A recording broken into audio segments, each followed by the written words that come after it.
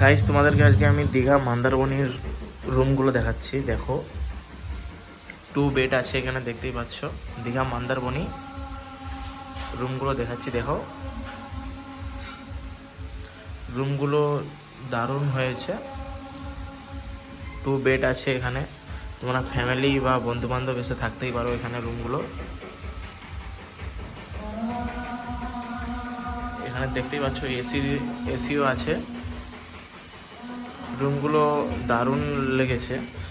আর এখানে বাথরুম আছে, বাথরুমটাও দেখতে পারো তোমরা। বাথরুমে এখানে মিনার আছে।